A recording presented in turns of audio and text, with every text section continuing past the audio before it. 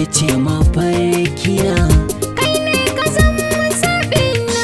ina son ki gane ina son ki soyayyar ki bayyarwa. Idan so ya zamto ta haƙuri ne ake yin duba, ba so ne kimirata wayo sahiba. Kauna ce ta shiga jikina ba zai yi